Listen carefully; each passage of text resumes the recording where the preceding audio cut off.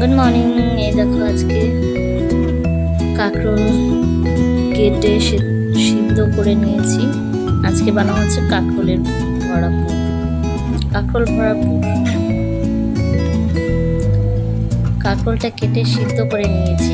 সিদ্ধ করে এবার চামচ দিয়ে কেটে কেটে বীজগুলো বের করে নিতে হবে। দেখো এক এক করে আমি বের করে নিচ্ছি।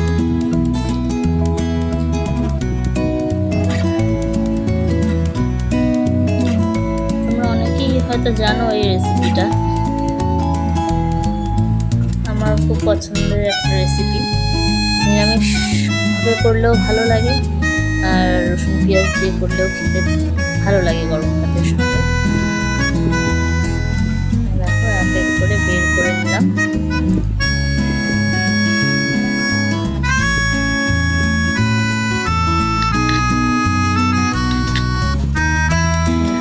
বাটির মতো হয়ে যাবে। এবার কাঁচা লঙ্কা আর এটা ভালো করে পেস্ট করে নেবো। আর আমি আগের থেকে একটু সর্ষে বেটে রেখেছিলাম।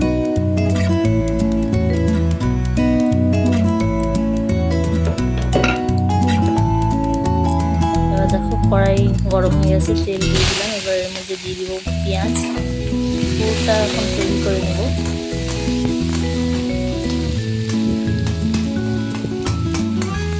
পেঁয়াজ ভাজা হয়ে গেলে একটু লাল লাল করে ভেজে নেব। এর মধ্যে একটু লবণ আর হলুদ দিয়ে দিব।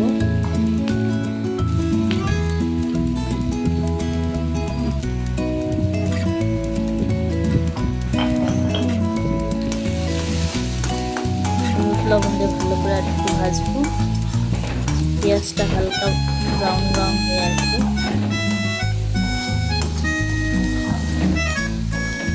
এখন আমি যে পেস্টগুলো করে রেখেছিলাম সেগুলো দিয়ে দেব।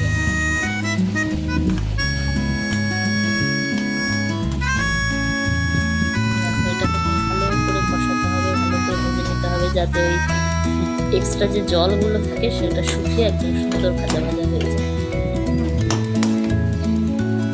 মোটামুটি ভাজা হয়ে এসেছে, আর একটু কষাবো।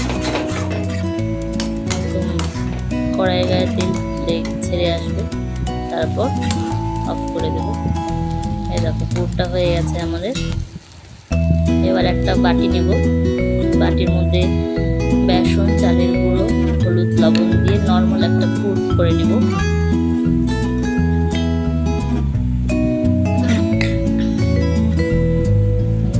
ছাড়ানো হয়েছে। এবার এই পুরগুলো ভালো করে এর মধ্যে ভরে নিলাম। বদ্ধ কাঁকরোলগুলোর মধ্যে সুন্দর বাটির মধ্যে দেখা যাচ্ছে। পুরগুলো ভালো করে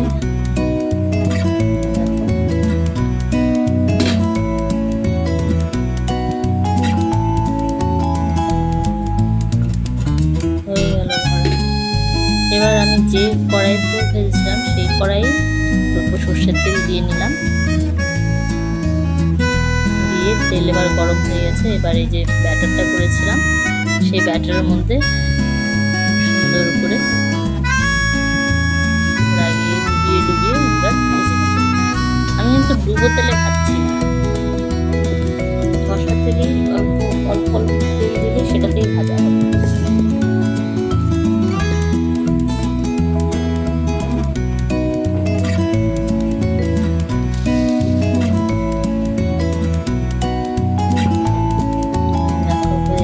ভাজা লাল লাল করে ভেজে নিলাম।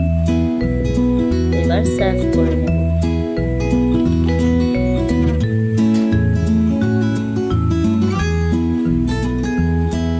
এই দেখো, তোমরা বাড়িতে তৈরি করে খেয়ে আমাকে কমেন্ট করে জানিও কেমন লাগলো। আবার নতুন একটা ভিডিও নিয়ে হাজির হব।